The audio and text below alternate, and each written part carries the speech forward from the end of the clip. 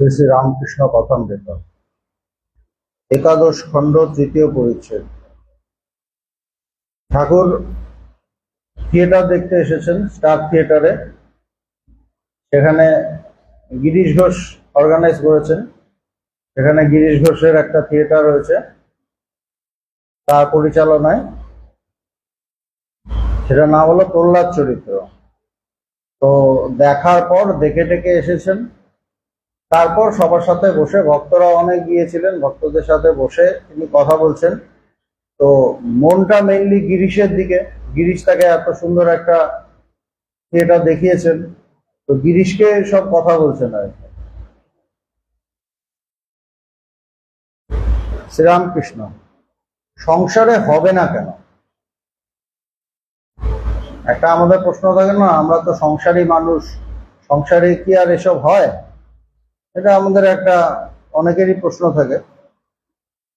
যারা ঈশ্বর লাভ করবে তারা তো সব ছেড়ে টেরে এসে অনেক সাধনা টাধনা করে, তপস্যা করে, ঘন্টার পর ঘন্টা করে তারা এটা লাভ করতে পারে। সংসারে কি আর আমাদের হয়? এরকম একটা ভাব থাকে। সেই জন্য ঠাকুর প্রথমেই বলছেন যে সংসারে হবে না কেন। কেন? গিরিশ ঘোষ খুব ব্যস্ত মানুষ, তিনি নাটক রচনা করেন, তিনি লেখেন, তিনি পরিচালনা করেন, হয়তো অভিনয় করেন। সবটাতে অভিনয় করেন কিনা জানি না, কিন্তু কিছু নাটকে অভিনয় করেন। তো তার অনেক ব্যস্ত থাকতে হয়, প্লাস সংসার টংসার ইত্যাদি ইত্যাদি অনেক কিছু আছে। কিন্তু তার একটা ব্যাকুলতা ছিল, তিনি ঠাকুরের কাছে গেছেন, তার জীবনে একটা পরিবর্তন এসেছে। ঠাকুরকে তিনি তার গুরু হিসেবে, ভগবান হিসেবে তিনি ওইভাবে দেখতেন। এই জন্য ঠাকুর তাকেই বলছেন যে চেষ্টা করতে হবে। তুমি যেখানেই থাকো না কেন, সংসারে থাকো, সেখানেও চেষ্টা করো, সব জায়গাতেই হবে। সংসারে হবে না কেন? তবে বিবেক বৈরাগ্য চাই। বলছে কি চাই? বিবেক এবং বৈরাগ্য, এই দুটো লাগবে। এই দুটো না থাকলে কিন্তু হবে না। এই দুটো হয় কিভাবে? যে সত্যি সত্যি ঈশ্বরকে চায়, যার চাহিদা ঠিক ঠিক, তার এই দুটো চলে আসে, এমনি চলে আসে। তার বিবেক চলে আসে, কেননা বিবেক ছাড়া তো ঈশ্বরকে সে চাইতে পারবে না। ঈশ্বরকে যে আমি চাই, এটাই তো বিবেক। এটাই বিবেক, যে আমার জগতের কিছু চাই না, আমার ঈশ্বরকে চাই, এটাই বিবেক। এবং জগতিক সমস্ত বস্তু যেটা আমাকে ঈশ্বর লাভের পথে বাধা দেয়, তার প্রতি একটা বিরাগ, এটা হলো বৈরাগ্য। এটাও চাই। এই জন্য বলছেন এই দুটো চাই। এই দুটো যার থাকবে, সে ঈশ্বর লাভের দিকে এগিয়ে যাবে তর্ক দিয়ে, তার বেশি টাইম লাগবে না। কিন্তু বিবেক বৈরাগ্য আসতে চায় না, বৈরাগ্যটা আসতে চায় না। আমাদের কোনো না কোনো ভাবে আমাদের জগৎ ভালো লাগে, জগতের নানা জিনিস আমাদের ভালো লাগে, আমি ওটাতে টেস্ট পাই, এবং টেস্ট পাই দেখেই ঈশ্বরের টেস্ট থেকে বঞ্চিত হই। এটা কিন্তু নয় যে আমাকে সংসার ত্যাগ করে বেরিয়ে যেতে হবে, এটা কিন্তু নয়। যদি এটা হতো তাহলে এটা কেন বললেন সংসারে হবে না কেন? তার মানে সংসারে হয়, তার মানে সংসার ছেড়ে বেরোতে হবে না। কথাগুলোকে ভালো করে ভাবলেই কিন্তু আমরা উত্তরগুলো পেয়ে যাই। তবে বিবেক বৈরাগ্য চাই। ঈশ্বর বস্তু আর সব অনিত্য, দুদিনের জন্য, এটি পাকা বোধ চাই। ঈশ্বর বস্তু আর সব অনিত্য দুদিনের জন্য। তো সুতরাং যেটা দুদিনের জন্য, সেটাতে তো আমার মন যাবে না, সেটা আমার মন যাওয়া উচিত না। সব দুদিনের জন্য মানেটা কি? যেগুলো দুদিনের জন্য সেগুলোকে কি আমি চাইবো? সেগুলোকে তো আমি চাইবো না। আমি যদি ওগুলোকে চাই, তাহলে উনি কেন বললেন সব দুদিনের জন্য? তার মানে এগুলো চেয়েও না, চাইবে শুধু ঈশ্বরকে, ঈশ্বর লাভকে। লাভের জন্য লালায়িত হতে হবে, অন্য কিছুর জন্য লালায়িত হলে আমি পারবো না। ঈশ্বর বস্তু আর সব অনিত্য, দুদিনের জন্য, একটি পাকা বোধ চাই। ঈশ্বর বস্তু, এই ধারণাটা চাই যে তিনি বস্তু। তিনি বস্তু মানে তিনি আছেন, তার অস্তিত্ব আছে, তিনি সব। বস্তু মানে বাকি সব অবস্তু, বাকি সব অবস্তু মানে সেগুলোর কোনো অস্তিত্ব নেই। আবার জ্ঞানের দিকেও যখন আমরা দেখি, কি বলছে? ব্রহ্ম সত্য, জগৎ মিথ্যা। জগৎ মিথ্যা মানে সেটা দেখছি কিন্তু আসলে নেই। দড়িকে সাপ দেখছি কিন্তু ওখানে সাপ নেই, দড়িই আছে। সেরকম জগৎ দেখছি কিন্তু জগৎ নেই, ওটা ব্রহ্মই। একই কথা, ঈশ্বরী বস্তু, বাকি যা আছে সব অনিত্য, দুদিনের জন্য। এইটি পাকা বোধ চাই। বোধ বোধ হলে তো হয়ে গেল, মানে ঈশ্বর লাভই হয়ে গেল। তো বোধ হওয়ার আগে, বোধ যদি নাও হয়, তখন কি চাই? আমাদের সেটার প্রতি মানে ধারণাটা চাই, যে না, মহাপুরুষরা বলছেন, আমাদের শাস্ত্রে বলছে, আমার যে গুরুর কাছে যায় তিনি বলছেন, সুতরাং জগৎটা মিথ্যা, জগৎটা দুদিনের জন্য। আসল সত্য কি? ব্রহ্ম, ঈশ্বর, ভগবান, এটাই আসল সত্য। এই যে ধারণাটা যখন তৈরি হবে, তখন কি হবে? আমি যেটা বস্তু সেটাতেই মন দেওয়ার চেষ্টা করব, যেটা মানে অবস্তু সেটাই আমার মন তো যাবে না। তো বস্তু কোথায় আছে? আমারই অন্তরে। ঈশ্বরই যদি বস্তু হয়, তিনি কোথায় আছেন? শাস্ত্রে বলছে আমারই অন্তরে, অন্তর্যামী রূপে। তো আমারই অন্তরে যদি থাকেন, আমি কোথায় তাকাবো? আমার মন কোথায় যাবে? বস্তুতে, মানে অন্তরে। এবং যখন অন্তরে যাবে, তখন এক সময় সে অন্তরে তার প্রকাশ হবে। এই জন্য বলছেন, উপর উপর ভাসলে হবে না, ডুব দিতে হবে। উপর উপর ভাসি কখন? যখন আমার উপরের দিকে মন থাকে তখন ভাসি, যখন উপরে মন থাকে না তখন ডুব দিই। আমরা ডুবতে পারছি না কেন? ডুবতে পারি না কেন? কারণ আমার মনটা উপরে আছে।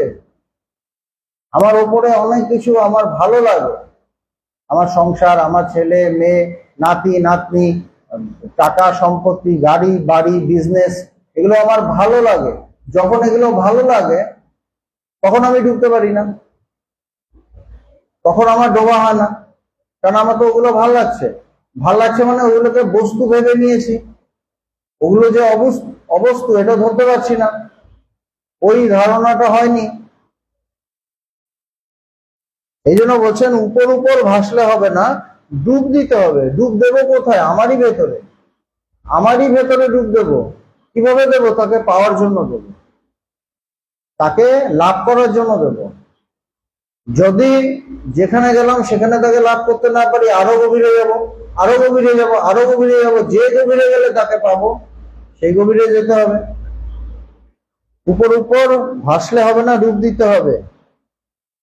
এই বলিয়া ঠাকুর গান গাইতেছেন, ডুব ডুব ডুব রূপসাগরে আমার মন, তলাতল পাতাল খুঁজলে পাবি রে প্রেম রত্নধন। বলছে রূপসাগরে ডুব দাও, মনকে বলছে। এবং তলাতল পাতাল খুঁজলে, একদম গভীরে যখন যাবে, তলাতলের পরে আর কোথাও জায়গা, আর নিচে যাওয়া যায় না। বলছে তলাতলে গেলে, তলাতল পাতাল খুঁজলে পাবি রে প্রেম রত্নধন।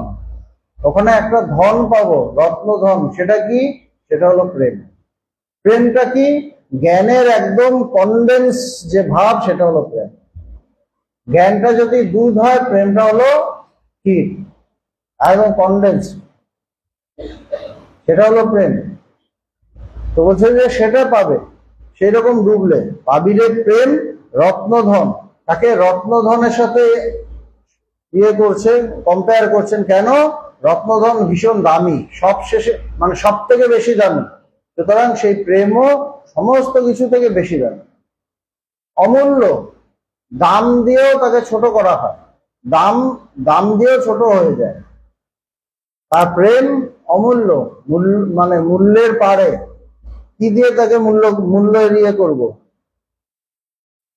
আরেকটা কথা, কামাদি কুমিরের ভয় আছে। বলছে যে এই যে কাম, ক্রোধ, লোভ, মোহ, এগুলো এক একটা কুমিরের মতো, এর ভয় আছে।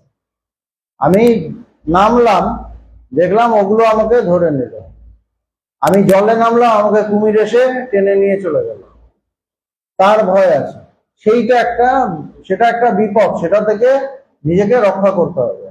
এই জন্য বলছে কামাদি কুমিরের ভয় আছে। গিরিশ, যমের ভয় কিন্তু আমার নাই। গিরিশ বলছেন কি, আমি মৃত্যুর ভয় পাই না, মরণের ভয় পাই না।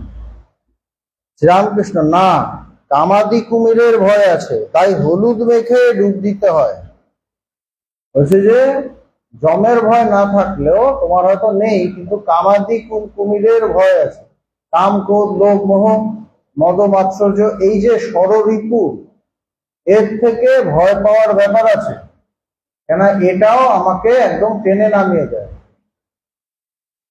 তো কি বলছেন, তাই হলুদ মেখে ডুব দিতে হয়। হলুদ মেখে ডুব দিলে নাকি তখন কুমির ধরে না বলে। তো বলছে যে এই জন্য, যেহেতু কুমির ধরতে পারে, সেই জন্য গায়ে হলুদটা মেখে নিতে হবে, মানে মনে হলুদ মেখে নিতে হবে। কি মানে কোনটা হলুদ? হলুদ কাকে বলে? কোন হলুদের কথা বলছেন? এখানে বলছেন বিবেক বৈরাগ্য রূপ হলুদ। বিবেক এবং বৈরাগ্য, এই হলুদ মনের মধ্যে মাখতে হবে, যেখানে আমার বিষয় থাকবে ঈশ্বর, আমার চাহিদা একমাত্র থাকবে ঈশ্বর। ঈশ্বর বলতে কি? ঈশ্বর বলতে সেই চরম জ্ঞান, ঈশ্বর বলতে সত্যকে জানার বোধরূপী যে জ্ঞান, সেইটা। এটাই হলো, বলছে যে হলুদ, বিবেক বৈরাগ্য রূপ হলুদ। সংসারে জ্ঞান কারু কারু হয়, বলছে কারো কারো সংসারের মধ্যেও জ্ঞান হয়। তাই দুই যোগীর কথা আছে, গুপ্ত যোগী ও ব্যক্ত যোগী। বলছে যোগী দুরকম, একজন হলো গুপ্ত যোগী, একজন হলো ব্যক্ত যোগী।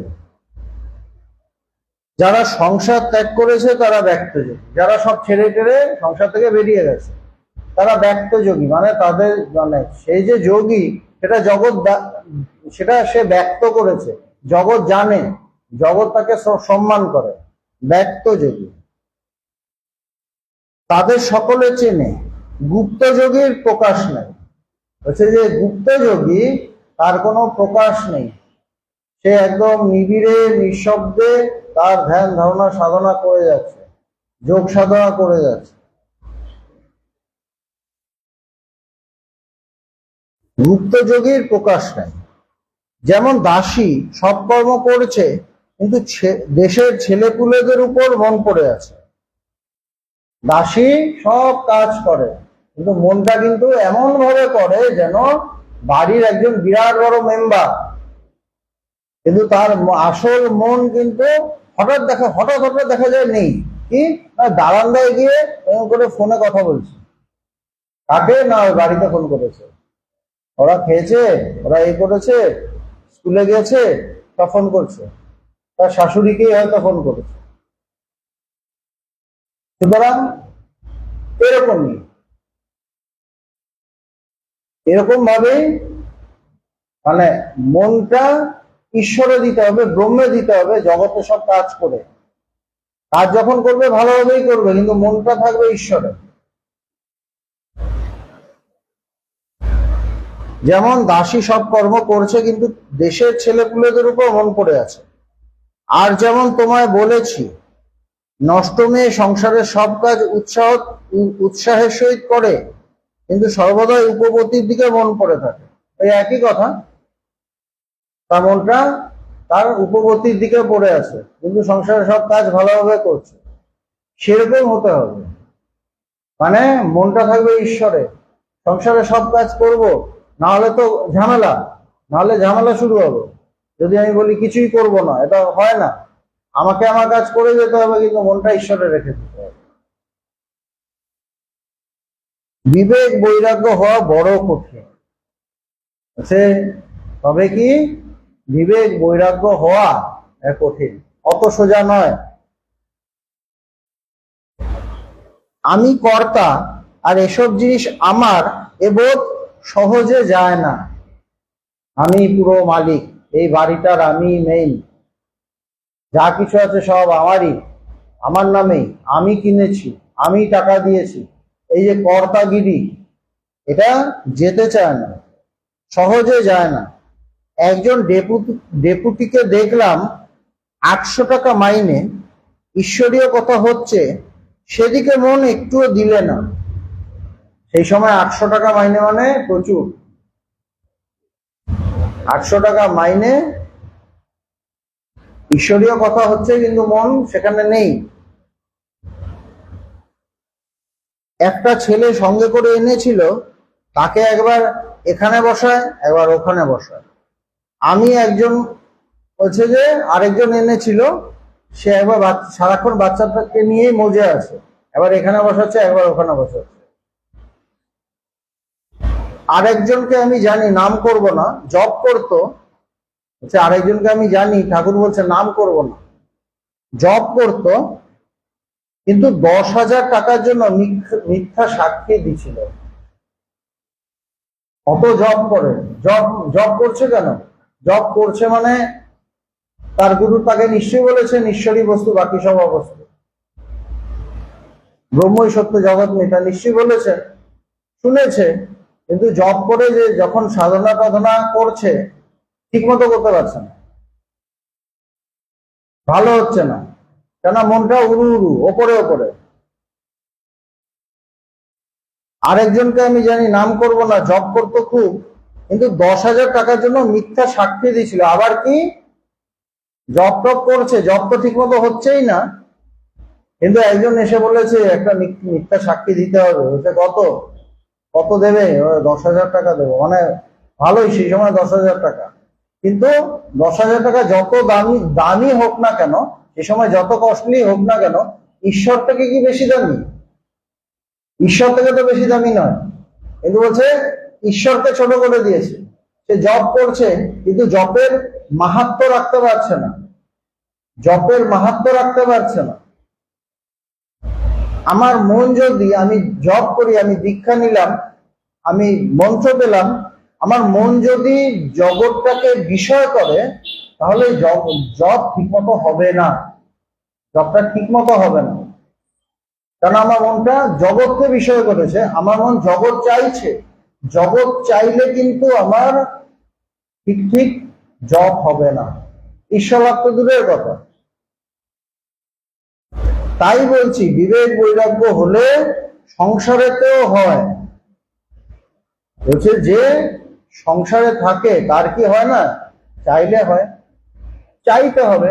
এই বোধটা রাখবে যে ঈশ্বর বস্তু বাকি সব অবস্থা, সব দুদিনের, এই বোধটা রাখতে হবে ভেতরে। আমাদের ঈশ্বর মাঝে মাঝে পরীক্ষা নেন, এমন মানে পরীক্ষার মধ্যে পড়ে যাই, সেই সময় আমার পরীক্ষা হয়ে যায়, আমি সত্যি জগৎকে চাই না ঈশ্বরকে চাই। সেইখানে আমরা ম্যাক্সিমাম সময় ফেল করি। আমি জগৎটাকে প্রেফারেন্স দিয়ে দিই, ঈশ্বর টিশ্বর ঠিক আছে হবে, এখন আমার এটা করতে হবে, এটা আমার কর্তব্য। এই যে জগৎকে প্রেফারেন্স দিয়ে দিই, প্রায়োরিটি দিয়ে দিই, এখানেই আমি মার খেয়ে যাই। আমার না হয় এটা, না ঘরটা না ঘাটটা, না ঈশ্বর হয় না জগৎ হয়, কিছুই হয় না। এই জায়গাগুলো ঈশ্বর এক এক সময় পরীক্ষা নিয়ে নেন, এমন একটা অবস্থার মধ্যে ফেলে দেন, তখন আমরা বুঝে উঠতে পারি না কি করব। এবং না পেরে আমি ঈশ্বরকে তখন আপাতত একটু সাইডে রেখে জগৎটাকে নিয়ে ব্যস্ত হয়ে পড়ি। এইটা একটা সমস্যা। বিবেক বৈরাগ্য হলে সংসারেতেও হয়। যার বিবেক বৈরাগ্য আছে, সত্যি সত্যি সংসারের মধ্যেও থাকে। ভগবান সংসারে ছিলেন, ঠাকুরও সন্ন্যাসী ছিলেন ঠিকই, কিন্তু সংসারী মানুষরাই তাকে ঘিরে রাখত। সারদা মা ছিলেন পাশে, এবং অনেক মহাপুরুষ হয়েছেন যারা সংসারে থেকে হয়েছে, কোনো অসুবিধা নেই। শুধু চিন্তার মোড়টাকে ঘোরাতে হবে। আমরা যে চিন্তা করছি, চিন্তার মোড়গুলোকে ঘুরিয়ে দিতে হবে, আর কিচ্ছু না, কোনো কিছু লাগে না। গিরিশ, এ পাপির কি হবে? গিরিশ খুব সুন্দর, মানে জিজ্ঞেস করছেন আমার কি হবে? ঠাকুর ঊর্ধ্ব দৃষ্টি করিয়া করুণ স্বরে গান গান ধরিলেন, ভাব শ্রীকান্ত নরকান্তকারীরে, নিতান্ত কৃতান্ত ভয়ান্ত হবে। ভাবিলে ভব ভাবনা যাকরে, তরে তরঙ্গে ভ্রুভঙ্গে ত্রিভঙ্গে যেথা ভাবে, যেবা ভাবে। এলি কি তত্ত্বে এ মর্তে, কুচিত্ত কুবৃত্ত করিলে কি হবে রে। উচিত্ত নয় দাসতীরে ডুবাবিরে, কর এ চিত্ত প্রাচিত্ত সে নিত্য পদভেবে। গিরিশের প্রতি গানটা করলেন, তারপর গিরিশকে বলছেন, ওর যে জিষ্ট ওটাই বলছেন, কি বলছেন, তরে তরঙ্গে ভ্রুভঙ্গে ত্রিভঙ্গে যেবা ভাবে, বলছে তিনি তারণ করেন, তিনি তারণ করেন। মহামায়া দ্বার ছাড়লে তার দর্শন হয়, মহামায়ার দয়া চাই। বলছে তিনি যখন রাস্তা ছেড়ে দেবেন তখনই তুমি তাকে জানতে পারবে, নাহলে তিনি মধ্যে এসে দাঁড়িয়ে থাকলে তখন আর তাকে জানা যাবে না। মহামায়া দ্বার ছাড়লে তার দর্শন হয়, মহামায়ার দয়া চাই, তার কৃপা চাই, তার কৃপা ছাড়া হয় না। তাই শক্তির উপাসনা, ঠাকুর বলছে যে সেই জন্যই শক্তিকে উপাসনা করা হয়। কেন, যে তুমি ডাকটা ছেড়ে দাঁড়াও, এটা নয় যে তুমি এসে মধ্যে এসে দাঁড়িয়ে পারো আমার আর আমার প্রভুর মধ্যে, আমার আর ব্রহ্মের মধ্যে। হে মহামায়া, তুমি তোমার মায়া সরিয়ে নাও আমার চোখ থেকে।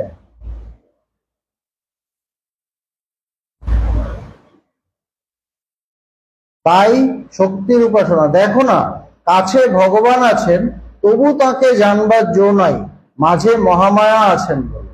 সবাই কি বলে, আসল তত্ত্বটা কি, যে আমরা সবাই ব্রহ্ম, অহং ব্রহ্মাস্মি, কিন্তু জানতে পারছি না কেন, মাঝে মহামায়া আছে, মানে মাঝে অজ্ঞান আছে।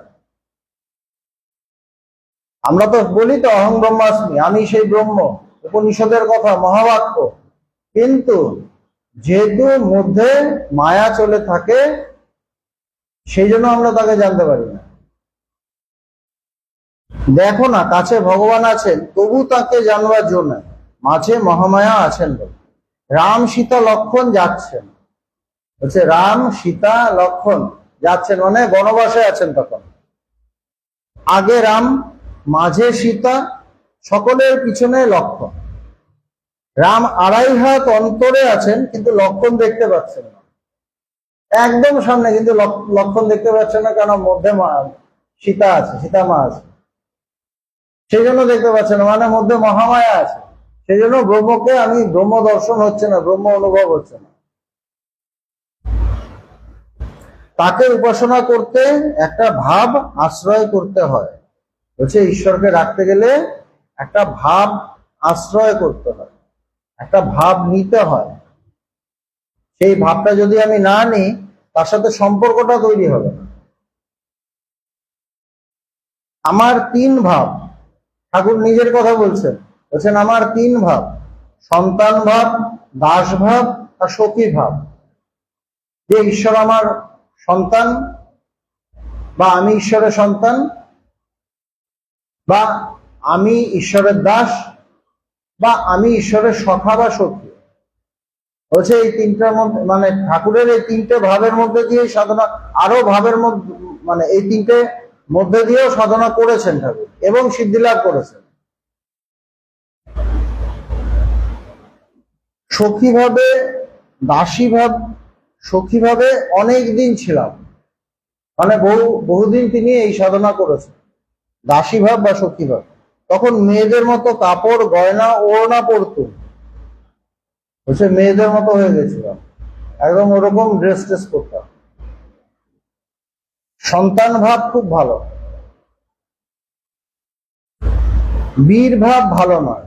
আরেকটা ভাব আছে বীর ভাব, ন্যাড়া নেড়িদের, ভৈরব ভৈরবীদের বীর ভাব, অর্থাৎ প্রকৃতিকে স্ত্রী রূপে দেখা আর রমণের দ্বারা প্রসন্ন করা, এভাবে প্রায় পতন আছে, বলছে এটাতে পতন হয়।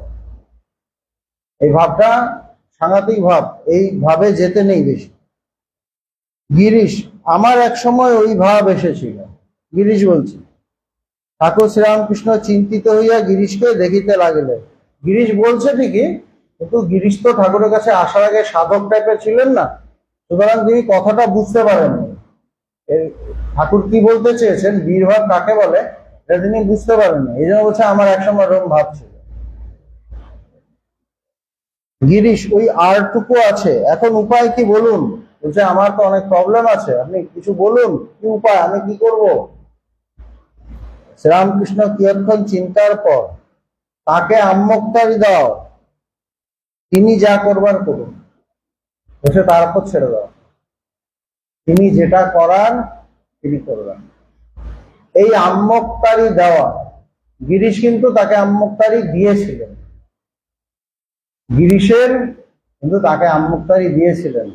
সে অনেক ঘটনা, এবং সেটা ঈশ্বর গ্রহণ করেছিলেন, ঈশ্বর গিরিশকে গ্রহণ করেছিলেন। কেন? তিনি ভীষণ সরল ছিলেন এবং খুব ব্যাকুল ছিলেন। তিনি তার নিজের যা কিছু আছে সব দিয়ে দিয়েছিলেন, তারা নিজস্ব কিছু ছিল না।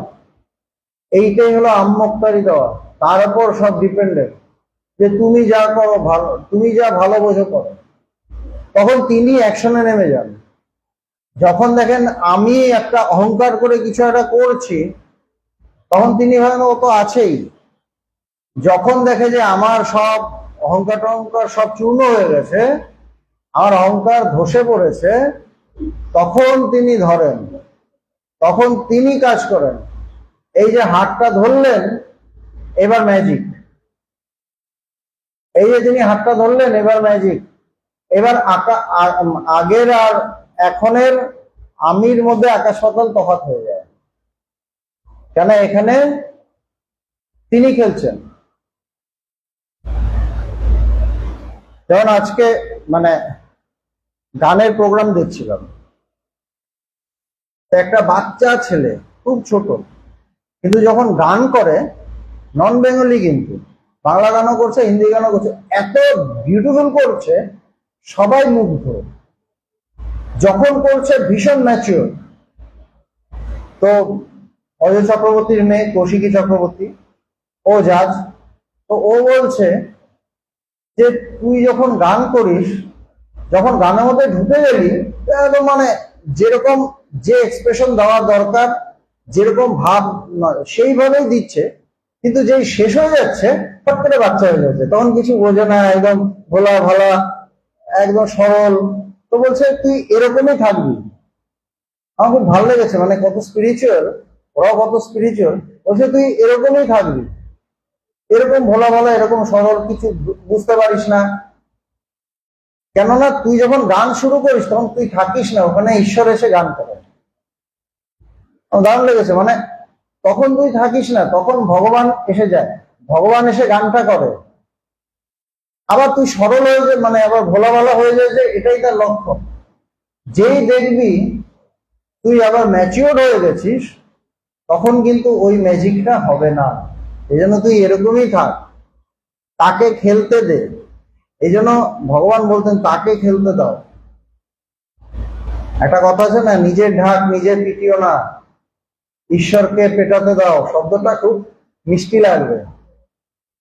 আমরা কি করি, আমাদের অহংকার সামনে চলে আসে, আমি মহান, আমি কোনো মহান নই, আমিটাকেই তো যেতে হবে, আমি মরলে ঘুচিবে জঞ্জাল, আমিটা জঞ্জাল। কিন্তু আমরা দেখাতে চাই আমি বিরাট মহান। এইটাই সব থেকে বেশি মূর্খমি, এটাই এর থেকে বড় বেশি মূর্খামি হয় না। তিনি মহান, তাকে খেলতে দিতে হবে। আমি যেই দেখব, উনি যেই দেখেন যে এ তো মহান হয়ে দাঁড়িয়ে গেছেন, কি বলেন তাহলে তুই থাক ওখানে, মহান মহান হয়ে থাক, আমি আর যাচ্ছি না। যখন দেখে আমি কিছু পারছি না, ভোলা ভালা, তখন তিনি এসে হাত ধরেন। আর তিনি এসে হাত ধরলে সবকিছু হয়ে যায়। এই জন্য ঠাকুর তাকে চরম কথা বললেন, তাকে আম্মোক্তারি দিয়ে দাও, তাকে দাও। এবং গিরিশ দিয়েছিলেন, সেই জন্য এই বইয়ে গিরিশের নাম আছে। ওখানে হয়তো আরো অনেকে ছিল, তারা আম্মোক্তারি অনেকেই দেয়নি, তাদের নাম নেই, কিন্তু গিরিশ দিয়ে দিয়েছিলেন। এই জন্য গিরিশ ঘোষ একটা বিরাট ব্যাপার। এমনি তার চরিত্রের হাজার দোষ, হাজার রকম তাকে নিয়ে সমালোচনা, কিন্তু গিরিশ এক বিরাট বড় মহাপুরুষ, বিরাট মহাপুরুষ, যে একদম শেয়ানে শেয়ানে কোলাকুলি ঠাকুরের সাথে। ঠাকুর তো স্বয়ং ঈশ্বর, তার সাথে মানে শেয়ানে শেয়ানে চলছে। ভক্ত ভগবানের খেলা, এইটা সব জায়গায় কিন্তু হয়নি। এই জন্য গিরিশ একটা বিরাট ব্যাপার। কেন ঠাকুর তাকে বলছেন আম্মুক্তারি দাও, আমাদেরও এটা করতে হবে, ঈশ্বরের উপর সব ছড়া করতে পারলে আর কিছু ভাবতে হবে না, বাকিটা তিনি বুঝে নেবেন।